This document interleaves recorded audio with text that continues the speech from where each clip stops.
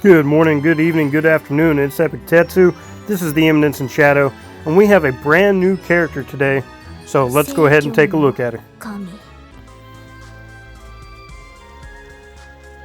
Alright, introducing Calamity Witch Aurora. Deal mega damage based on the number of enemies with bleed.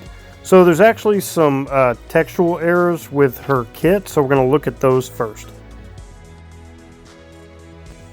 This is the anime premium summon, and you can get, Calamity Witch Aurora, and then there's extra shards to go with her banner for the anime premium summon.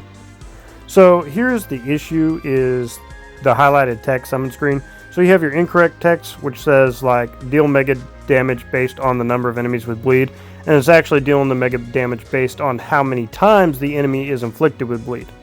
And then the hidden skill text as well has a few little errors in here with the representation for the healing boost and the damage and the green elemental.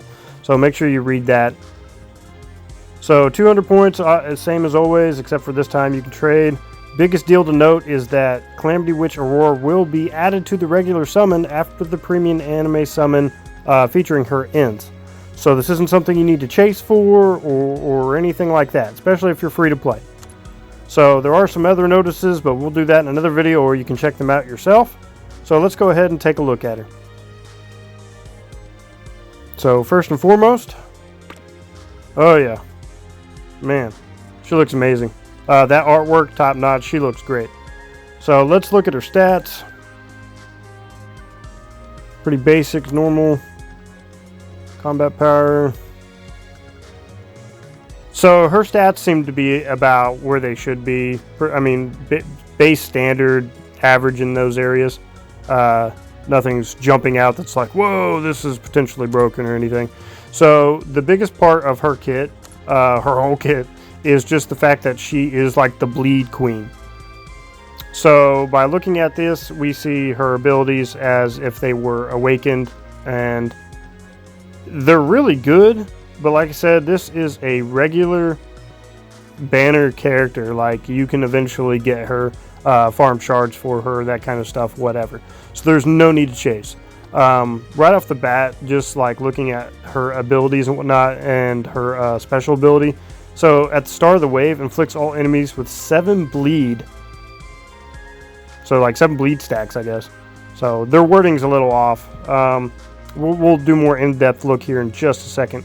So first and foremost, fire unit, like awesome DPS and whatnot. Inflict all enemies with 500% damage, 100% damage, and then when awakened goes up to 200.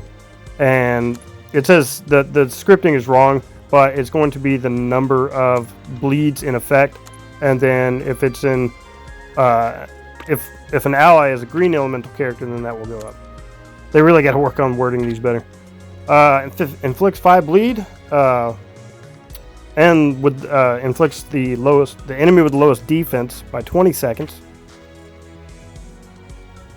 So as you can see, her whole kit is just based on these bleeds. I think she'll be like really interesting and really good. I've used bleed characters in other games like Epic 7, and bleed is always just cool. Or like if you play a Dark Souls game or something, bleed is always like just overpowered or something.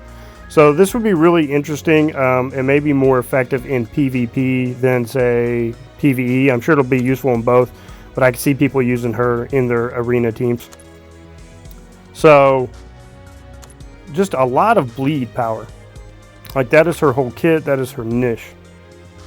So she looks amazing. If you're a spender, maybe throw a few pulls. But like I said, there's no need to like chase after her or rush after her. She's going to be in the regular banner after it's over. She could potentially also be a good counter unit towards someone like the New Year Alpha because of her regeneration abilities. And so by her inflicting everybody with bleed, that could counteract that regeneration. Anyways, I hope this video was informative to you guys. Be well, be epic, take care. Hopefully I can get to feeling really back to 100% by tomorrow. And then we'll see you soon with some more stuff.